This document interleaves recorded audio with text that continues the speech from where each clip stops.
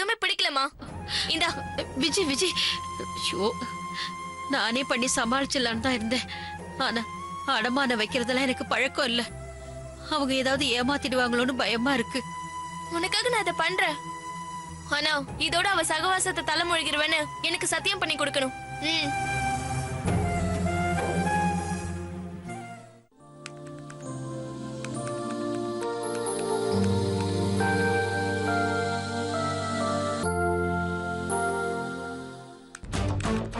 ஏங்க ஒரு நிமிஷம் இங்க வரீங்களா? ஒரு கம்பெனிக்கு கொட்டேஷன் அனுப்பிச்சிட்டு இருக்க. நீ ஒரு 5 நிமிஷம் ரிலாக்ஸ் பண்ணிட்டு வந்துரு, அப்புறம் பேசுவோம். ஏங்க எவ்வளவு முக்கியமான விஷயத்த சொல்றதுக்காக அடிச்சு பிடிச்சு ஓடி வந்திருக்கேன். நீங்க என்னடா 5 நிமிஷம் 10 நிமிஷம்னு சொல்றீங்க? அக்கா வீட்ல அந்த 10,000 ரூபாய் பணத்தை எடுத்தது யாருன்னு தெரியுமா? ராஜி அக்கா.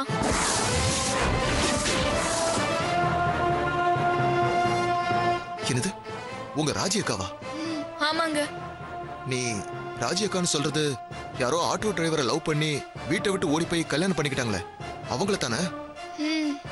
ஆனா அவங்கள தான் உங்க குடும்பம் அதோட தலை மொழிகிட்டதா சுத்தமா பேச்சுவார்த்தையே இல்லைன்னு சொன்ன.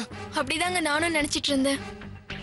ஹார்ட் அட்டாக் வந்து தாத்தா ஹாஸ்பிட்டல்ல இருந்தப்போ பணம் நகையெல்லாம் எடுத்துட்டு ஓடி போய் கல்யாணம் பண்ணிக்கிட்டு வந்தா. அப்போ நான் காலேஜ்ல படிச்சிட்டு இருந்தேன். தாத்தாவோட டெத் நினைவுல இருந்து அக்கா வெளியில வர்றதுக்கே கிட்டத்தட்ட 1 வருஷம் ஆச்சு. அக்கா எங்களுக்கும் ஸ்ட்ரிக்டா சொன்னதுனால இப்பவும் நான் அவளை எங்கேயாவது வெளியில பார்த்தா கூட நான் பார்க்காம போயிடுவேங்க. அவ பண்ண நம்பிக்கை துரோகத்தை எங்களால மறக்கவும் முடியல, மன்னிக்கவும் முடியலங்க. அதுலயும் எங்க அக்கா தான் செத்தா கூட தான் முகத்துல முழிக்க கூடாதுன்னு இன்னமும் இருக்காங்க. நீ சொல்றத பார்த்தா வீட்லயே சேர்க்க மாட்டாங்கிற ஸ்டேஜ்ல இப்ப ராஜி அக்கா தான் பணத்தை எடுத்தாங்கன்னு நீ எப்படி சொல்ற? இன்னைக்கு காலையில அம்மா எனக்கு போன் பண்ணி 11 மணிக்கு மேல வீட்டுக்கு வா, நான் உன்கிட்ட பேசணும்னு கூப்பிட்டாங்க. அதுவும் சுஜாதா அக்கா பேங்க் போனதுக்கு அப்புறம் வான்னு முக்கியமா சொன்னாங்க. நான் போனப்ப அக்காவும் இல்ல அப்பாவும் இல்ல. அப்ப பேசும்போதுதான் சொன்னாங்க, ராஜி குழந்தையோட படுற கஷ்டத்தை பார்த்து அவ பண்ண துரோகத்தை எல்லாம் மறந்து சாப்பாட்டுக்கே கஷ்டப்பட்டுட்டு இருக்கான். அதனால அப்பப்ப சின்ன சின்ன உதவி பண்றேன்னு சொன்னாங்க. எப்பவும் கோவில்ல வச்சுதான் பார்த்து பேசுவாங்களாம். ஆனா முந்தா நாள் திடீர்னு ராஜி அக்கா வீட்டுக்கு வந்திருக்கா. இவங்க யாரும் பாத்திர போறாங்கன்னு அம்மா பயந்துட்டு உள்ள கூப்பிட்டுருக்காங்க. 2 பேரும் சாப்பிடும் போது அவ புருஷன் ஏதோ வேலையில சேர்றதுக்காக 10,000 ரூபாய் பணம் வேணும்னு கேட்டிருக்கா. அம்மா அவ்வளவு பணம் என்கிட்ட இல்லன்னு சொல்லிட்டு இருக்கும் போது சுஜாதா அக்கா உள்ள வந்திருக்காங்க. ராஜி கிச்சன்ல போய் மறைஞ்சிருக்கா. அக்கா அம்மா கிட்ட என் பெட்ரூம் பீரோல பணத்தை வச்சுட்டு போறேன், விஜய் வந்தா சொல்லிடுங்கன்னு இன்ஃபார்ம் பண்ணிருக்காங்க. அக்கா தான் படு ஸ்மார்ட் ஆச்சே. அங்க இருந்து 10 நிமிஷத்துக்குள்ள ராஜி அக்கா வீட்ல இருந்தது கண்டுபிடிச்சு அம்மாவை செம்ம திட்டு இருக்காங்க. அம்மா ராஜி அக்காவை ஃபேஸ் வாஷ் பண்ண அக்கா ரூம்க்கு அனுப்பிச்சிருக்காங்க. சுஜாதா அக்கா சொன்னத ராஜி அக்கா கேட்டதுனால அந்த பணத்தை எடுத்துட்டு அம்மா கிட்ட சொல்லாமலே போயிருக்கா. அவ புத்தி அதுதாங்க, அவ திருந்தவே இல்ல. அதனால இப்ப அக்கா இன்னைக்கு ஈவினிங்குள்ள அந்த பணம் கிடைக்கலன்னா போலீஸ் ஸ்டேஷன்ல போய் கம்ப்ளைண்ட் கொடுத்துருவேன்னு சொன்னதுனால அம்மா ஒரேடியா பயந்துட்டாங்க. என்ன சொல்ற விஜய்? போலீஸ் ஸ்டேஷன்ல போய் நம்ம வீட்டு மனுஷங்க மேலயே கம்ப்ளைண்ட் பண்ணுவாங்களா? என்னாச்சு உங்க அக்காவுக்கு? ஏன் அதுல என்ன தப்பு இருக்கு?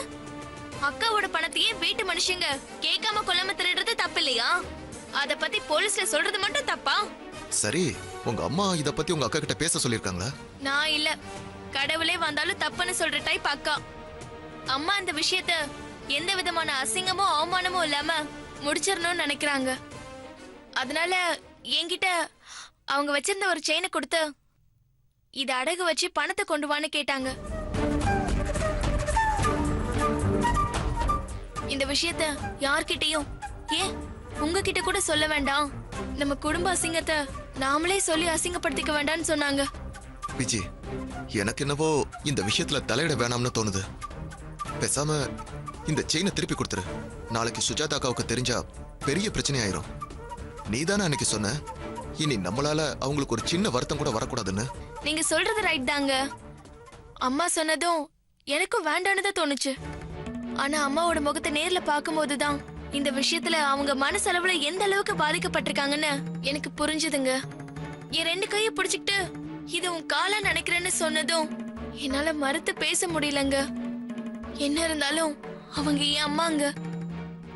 இது அவங்க செஞ்சிருந்தா கூட தப்புன்னு சொல்லலாம். ஆனா அவளை நம்பி வீட்டுக்குள்ள விட்ட தப்புக்கு அம்மா இப்ப அனுபவிச்சுட்டு இருக்காங்க. அக்கா கோவத்துல அப்பா அம்மா 2 பேரையும் ரொம்ப கேவலமா பேசிட்டு போயிருக்காங்க. அத கேட்டப்ப எனக்கும் சங்கடமா இருந்ததுங்க. அம்மா அழுது இந்த உதவியை மட்டும் பண்ணுன்னு கேட்டப்போ என்னால மறுக்க முடியலங்க. நீங்க எப்படியாவது நகையை அடமானம் வச்சு 10,000 ரூபாய் பணத்தோட வாங்க. 2 பேருமே போலாம். நீங்க அந்த ஸ்ட்ரீட் கார்னர்ல வெயிட் பண்ணுங்க. நான் போய் குடுத்துட்டு வந்துடுறேன். சுஜாதாக்கா ஈவினிங் வீட்டுக்கு வரதுக்குள்ள இந்த பணம் அம்மா கைக்கு போகணுங்க. இருங்க, நான் போய் ஃப்ரெஷ் அப் ஆயிட்டு வந்துடுறேன்.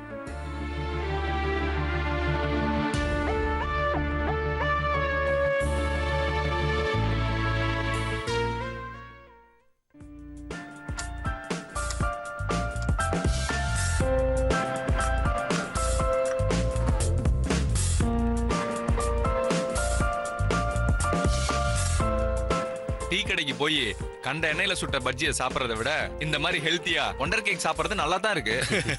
ஆமா ஆமா, அதுவும் அடுத்தவங்க காசுல சாப்பிட்டா ரொம்ப டேஸ்டா தான்பா இருக்கும். ஏன் சிவா, நான் பணமே செலவு பண்ணது இல்லையா? ஏதோ ஓசியில சாப்பிட்டு போற மாதிரி பேசுற. ராம்நாதன், ஏன் டென்ஷன் ஆகுற? அவன் ஏதோ தமாஷுக்கு சொல்லிக்கிட்டு இருக்கான். ஆடிட்டிங் டைம்ல நீயும் தான் வாங்கி கொடுத்துருக்க எல்லாருக்கும் சாப்பாடு. நாங்கெல்லாம் ஃப்ரீயா சாப்பிடல. ஃப்ரெண்ட்ஸ்குள்ள இதெல்லாம் கணக்கு பாக்குறியே. முரளி, அதை அவர்கிட்ட சொல்லு. சரி, அதை விடு. உன் கல்யாண விஷயம் என்னாச்சு? ஏன்பா முரளி சாப்பிட விடாம டென்ஷன் பண்ற?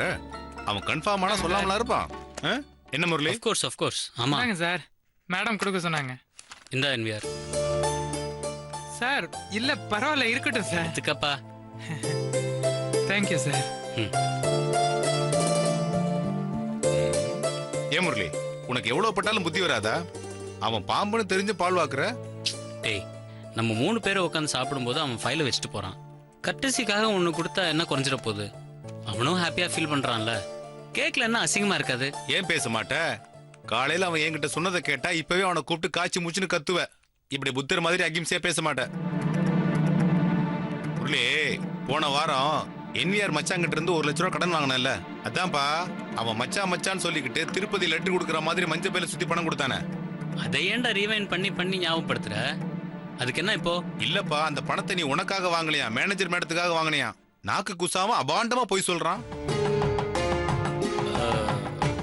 என்ன சொல்ற நீ? நான் எதுக்கு மேனேஜருக்கு காசு வாங்கி கொடுக்கணும்? அவங்களுக்கு இல்லாத கான்டாக்ட்ஸா, ஃப்ரெண்ட்ஸா? முரளி, இந்த மாதிரி தேவையில்லாம லூஸ் டாக் பேசுறவங்கள போனா போதுன்னு விட்டுறக்கூடாது. பேசாம இருந்தா இன்னும் அதிகமா பேச ஆரம்பிச்சிருவாங்க. ஒரு நிமிஷம் ராம்நாதன், எதை வச்சு அவன் பேசுறான்? நீ கேட்டி அவனை? இல்ல, அன்னைக்கு என்விஆர் மச்சான் லீவ் லெட்டர் கொடுக்கறதுக்காக மேனேஜர் கேபினுக்கு போயிருக்கான். அப்ப உங்ககிட்ட கொடுத்த அந்த மஞ்சள் பை அவங்க டேபிள்ல இருந்ததான். ஏண்டா, அவன் மச்சான் தான் உளறி கொட்டுறான்னா இவனுக்கு எங்க போச்சு புத்தி? அப்படி பார்த்தா அந்த மாதிரி மஞ்சப்பை ஊர்ல எத்தனையோ பேர்கிட்ட இருக்கும்ல. அதை வச்சு எல்லாமே அவன் கொடுத்த மஞ்சப்பைன்னு அவன் எப்படி நினைப்பான்? முட்டாள்தனமா இல்ல? இதுக்கே டென்ஷன் ஆகுற? என்விஆர் சொல்றான், சார் எப்பவும் என் மச்சான் பொய்யே சொல்ல மாட்டான். அவன் சொல்றத வச்சு பார்க்கும்போது ஏதோ முரளி சாருக்கும் மேனேஜர் மேடத்துக்கும் என்னமோ டீலிங் நடக்குது. அதான் இப்ப முன்ன மாதிரி முறைச்சிக்காம ரொம்ப க்ளோஸா பழகுறாங்கன்னு சொல்றான்.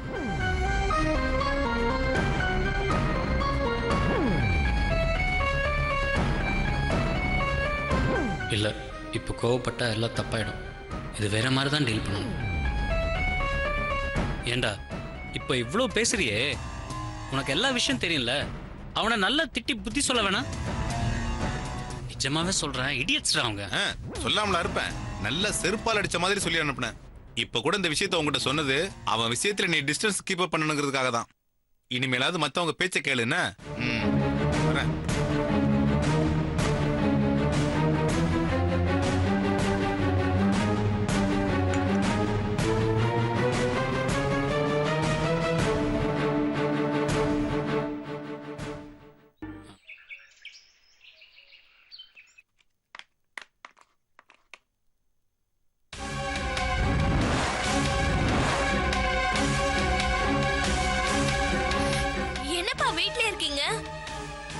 போர் அடிக்கல?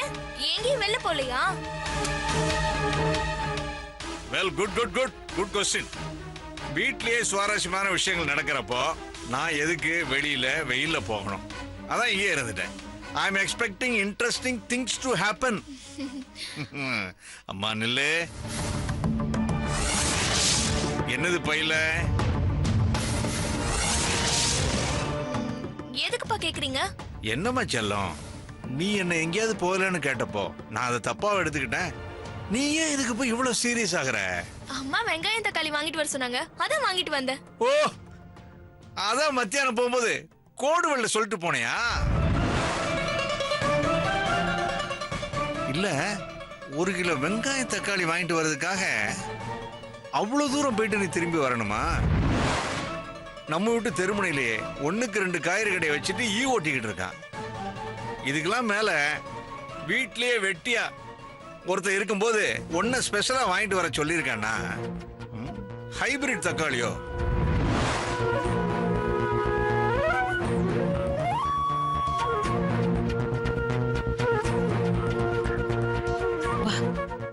வாடி. என்னம்மா விஷயம் அப்பாவுக்கு தெரிஞ்சிருச்சா என்ன? ரொம்ப கொடையறாரு. அதாண்டி எனக்கும் தெரியல. உனக்கு ஜூஸ் கலக்க போனப்ப பொதுவா இந்த விஷயம் யாருக்கும் தெரிய வேணாம், பாத்துக்கோன்னு சொன்னேன். அதை வச்சு என்னென்ன தெரிஞ்சுக்கலான்னு தான் இப்படி பண்றாரான்னு தெரியல.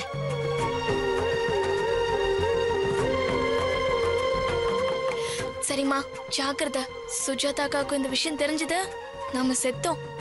சேகர் கூட இந்த விஷயத்துல நாம தலையிட வேண்டாம் வேண்டான்னு தான் சொன்னாரு. நான் தான் அம்மாவுக்காக பண்றேன்னு சொல்லிருக்கேன். இந்தம்மா பத்ரம்.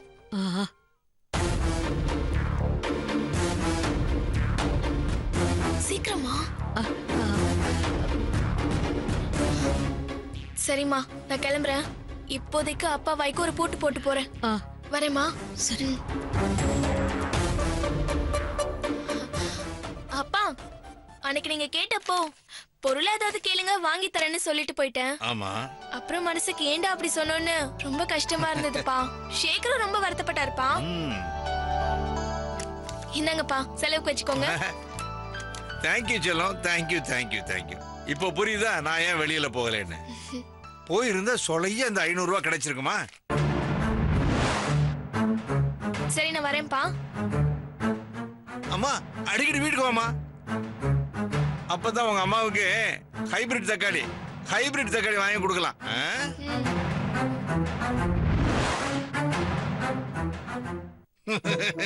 என்னதான் நடக்கும்?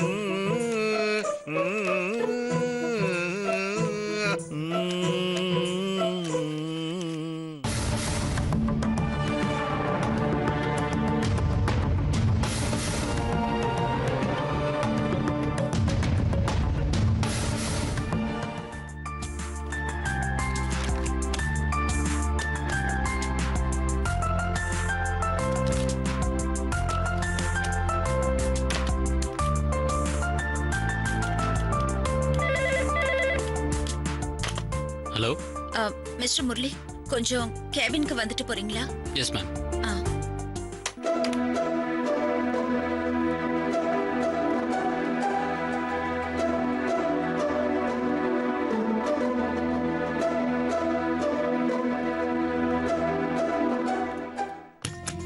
வாங்க முரளி,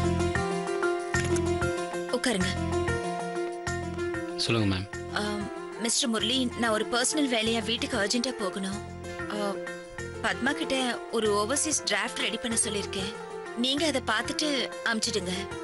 சப்போஸ் அவ அதை ரெடி பண்ணலனா டோன்ட் வரி, நாளைக்கு நான் அதை ஃபாலோ பண்ணிக்கிறேன். நோ ப்ராப்ளம், நான் பார்த்து அனுப்பிச்சிடுறேன். தேங்க்யூ முரளி. மேம், ஒரு சின்ன ப்ராப்ளம், அதை நான் சால்வ் பண்ணிடுவேன். பட் எதுக்கும் ஒரு இன்ஃபர்மேஷனுக்காக உங்ககிட்ட சொல்கிறேன். உங்களுக்கு நான் லோன் வாங்கி கொடுத்த விஷயம் யாருக்கும் தெரிய வேண்டாம்னு சொல்லியிருக்கீங்க. பட் அதை என்விஆர் சிவா கிட்ட போட்டு கொடுத்துட்டான்.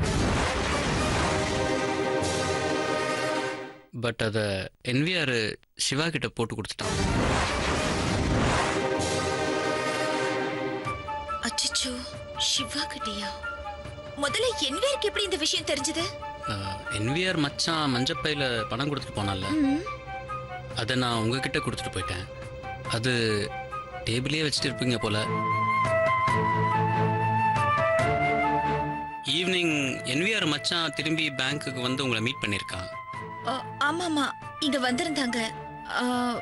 லீவ் லெட்டர் ஏதோ கொடுக்கறதுக்கு வந்திருந்தாங்க. ஆனா நான் அவர்கிட்ட சரியாவே பேசலையே. அவன் வந்திருந்தப்போ உங்க டேபிள் மேல மஞ்சப்பைய பார்த்துருக்கான். எனக்கு கொடுத்த மஞ்சப்பை உங்ககிட்ட எப்படி வந்ததுன்னு அவனுக்கு ஒரு டவுட்டு. அத என்விஆர் கிட்ட சொல்லியிருக்கான் போல இருக்கு. ஷோ, நான் ஏதோ வேலை டென்ஷன்ல அந்த மஞ்சப்பையை எடுத்து உள்ள வைக்க மறந்துட்டேன். Sorry mister Murali. என்னால உங்களுக்கு எத்தனை தேவையில்லாத பிரச்சனை. சிவா ஏதாவது கேட்டாரா? சிவா இதை நம்பலன்னு வச்சுக்கோங்க. பட் ஆரம்பத்திலேயே இந்த பிரச்சனைக்கு ஒரு ஃபுல் ஸ்டாப் வச்சிடணும். அதை நான் பார்த்துக்கிறேன். முடிஞ்சா நாளைக்கு அந்த மஞ்சப்பையை ஆஃபீஸ்க்கு வரும்போது கொண்டு வந்துருங்க. அதை வச்சு என்விஆரை முட்டாளாக்கி இந்த விஷயத்தையே மறக்க வச்சிடலாம். அந்த மஞ்சப்பை என் சிஸ்டர் வீட்ல தான் இருக்கு. பரவாயில்ல, நான் அவளுக்கு ஃபோன் பண்ணி எங்க வீட்டுக்கு கொடுத்து விட சொல்றேன். என்விஆருக்கு தான் இந்த விஷயம் தெரியக்கூடாதுன்னு நினைச்சேன். இன்ஃபேக்ட் நான் என் தங்கச்சி புருஷன் கிட்ட பேசும்போது அவர் அதை கேட்டு மேடம் உங்களுக்கு ஏதாவது ஃபைனான்ஸ் அரேஞ்ச் பண்ணணுமான்னு கேட்டாரு. எனக்கு கெட்ட கோவம் வந்து நல்லா திட்டி விட்டுட்டேன். ஐ ஹேட் ஹிம். அதனால தான் அவன் இந்த விஷயத்துல அவ்வளோ சீரியஸா இருக்கான்னு நினைக்கிறேன். சரி, நீங்க கிளம்புங்க, நான் ஹேண்டில் பண்ணிக்கிறேன். Okay ma'am.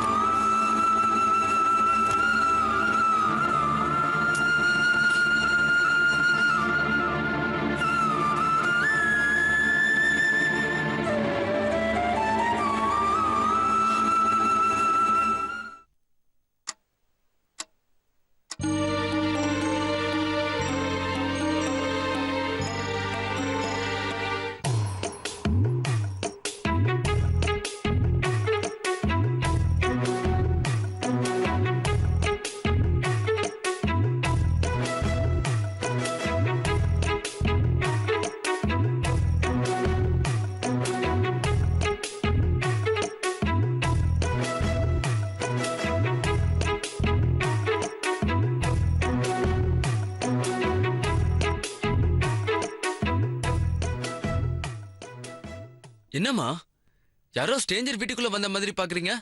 என்னாச்சு உங்களுக்கு? ஒண்ணு இல்லப்பா, என்னைக்கு லேட்டா வர நீ உங்க அம்மா அப்பா மேல போலீஸ்ல கம்ப்ளைண்ட் பண்ண போறாங்கன்னு தெரிஞ்ச உடனே தான ஆஜராயிட்டு பாத்தியா? அந்த கடமை உணர்ச்சியை பார்த்துதான் உங்க அம்மா அப்படியே பெருமையில பூரிச்சு போயிட்டாடா. நீங்கெல்லாம் எவ்வளவு பட்டாலும் திருந்த மாட்டீங்க. எக்கடாவது கெட்டு போங்க. அக்கா, 10 நிமிஷத்துல ரெடி ஆயிட்டு வந்துடுறேன். பரவாயில்லடா, பொறுமையா வா. அம்மா, எனக்கு பயங்கரமா தலைவலிக்குது. தயவு செஞ்சு ஃப்ரெஷ் டிகாஷன் போட்டு எனக்கு காஃபி போட்டு எடுத்துட்டு வா. ரொம்ப தான் ஆடுறா, எல்லாம் நேரம். சுஜாதா, ஒரு நிமிஷமா.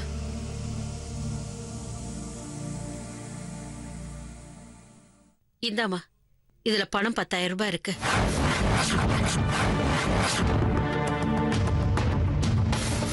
உன் ரூம்ல வச்ச பணத்தை யாரு எடுத்தாங்கன்னு தெரியல. ஆனா அதுக்காக நம்ம குடும்பமானோம் போலீஸ் ஸ்டேஷன் வரைக்கும் போய் அசிங்கப்படவும் எனக்கு இஷ்டம் இல்ல. இந்த பணம் எப்படி வந்தது, எங்க இருந்து வந்ததுன்னு மட்டும் என்ன கேட்காத. வாங்கிக்கம்மா. ஓ, கதை அப்படி போகுதா? உனக்கு தெரியாதது இல்ல. இந்த வீட்டுக்கு வாழ்க்கப்பட்டு வந்த நாள்ல இருந்து இந்த நிமிஷம் வரைக்கும் மாமா கிட்டயும் உன்கிட்டயும் கேட்டு வாங்கியிருக்கேனே தவிர நானா எப்பவும் எடுத்ததில்ல. என் பிறந்த வீட்டுல என்ன ஒழுக்கமா வளர்த்துதான் அனுப்பி இருக்காங்க. எல்லாம் என் தலை விதி. இவருக்கு வாழ்க்கப்பட்டு எல்லா கஷ்டத்தையும் அசிங்கத்தையும் ஒன்னொன்னா பார்த்து அனுபவிச்சுட்டேன். சந்தோஷத்தையும் நிம்மதியையும் தான் சேர்ந்தாப்புல பார்க்கல. இனிமே பார்க்க முடியுமான்னு தெரியல. இப்ப கடைசியா பெத்த பொண்ணே அம்மா அப்பா மேல நம்பிக்கை இல்லாம போலீஸ் ஸ்டேஷன் போவேங்கிற கேவலத்தையும் நான் பார்த்துட்டேன். இதுக்கு மேல அசிங்கப்படுறதுக்கு என்ன இருக்கு? சாகிறத தவிர எதுவுமே என் கையில இல்ல. அதுக்கு முன்னால இன்னும் என்னென்னலாம் பார்க்கணும்னு இருக்கும். இந்தம்மா, எப்படியோ இந்த தடவை குடும்ப மனசாந்தி சிரிக்காம காப்பாத்திட்டேன். இன்னும் என் மேல உனக்கு கொஞ்சம் நம்பிக்கை இருந்தா இந்த விஷயத்தை இதோட விட்டுடு. இல்லைன்னா தாராளமா எங்க வேணாலும் போ. ஆனா எங்க போறதுனாலும் போறதுக்கு முன்னாடி இந்த பணம் சரியா இருக்கான்னு பாத்துட்டு போ. இத பாருமா, அந்த பணத்தை நீ எடுக்கலன்னு எனக்கு நிச்சயமா தெரியும். அதே சமயம் இந்த வீட்ல இருக்கிற ஒரு ஆள் தான் அந்த பணத்தை எடுத்திருக்காங்கன்னு என்னால உறுதியா சொல்ல முடியும்.